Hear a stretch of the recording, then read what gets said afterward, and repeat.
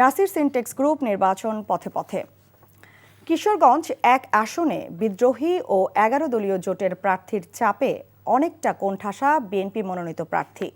আসনটিতে দীর্ঘদিন আওয়ামী লীগের রাঘব বোয়ালরা থাকলেও উন্নয়নের ছোঁয়া লাগেনি সদর ও হোসেনপুরে। যিনি শহরের উন্নয়ন ও নাগরিক সেবা দিতে পারবেন এমন প্রার্থীকেই আগামী বেছে নেবেন ভোটাররা। কিশোরগঞ্জ থেকে আব্দুল্লাহ মামুনের রিপোর্ট।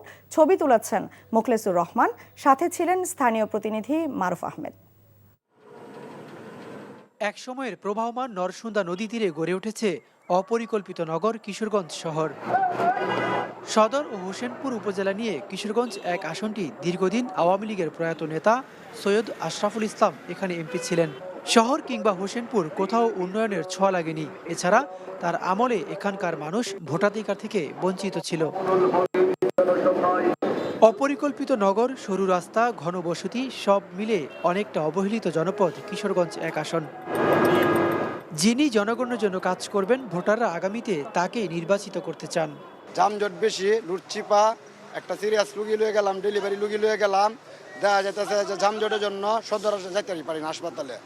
তখন এত জাম, চিপা রাস্তা, এই লুটগুলি বড় করুক, সুন্দরভাবে যাতে একটা ভরপুর ফ্লাইওভার করে এবং রাস্তাঘাটে যাতে শহরে যাইতে পারি সুন্দরভাবে, যানজট নিরসনে করে।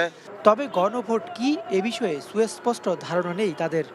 আমরা ভোটের অধিকার আমরা কেন্দ্র যাইতে পারছি না। অনেক সময় আমরা চাই শান্তিশিষ্টভাবে যাতে নির্বাচনটা হয়। আমরা চাই যে সুন্দর শৃঙ্খলভাবে যাতে ভোট কেন্দ্রে যেয়ে আমরা ভোট দিতে পারি। অন্যদিকে সকাল সন্ধ্যা প্রার্থীরা ছুটছেন ভোটারদের দ্বারে দ্বারে।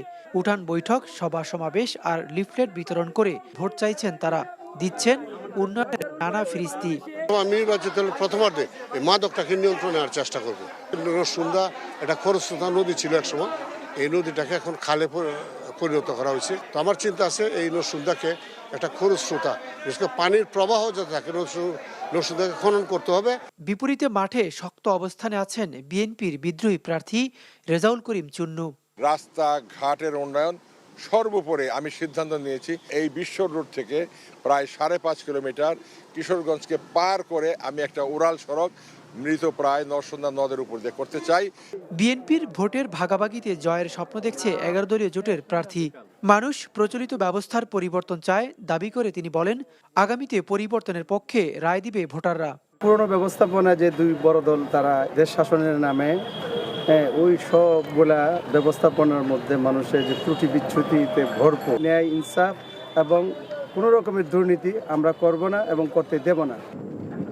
এই আসনটিতে 5,55,136 জন ভোটার রয়েছেন। Obaidullah Mamun, NTV news, Kishoreganj.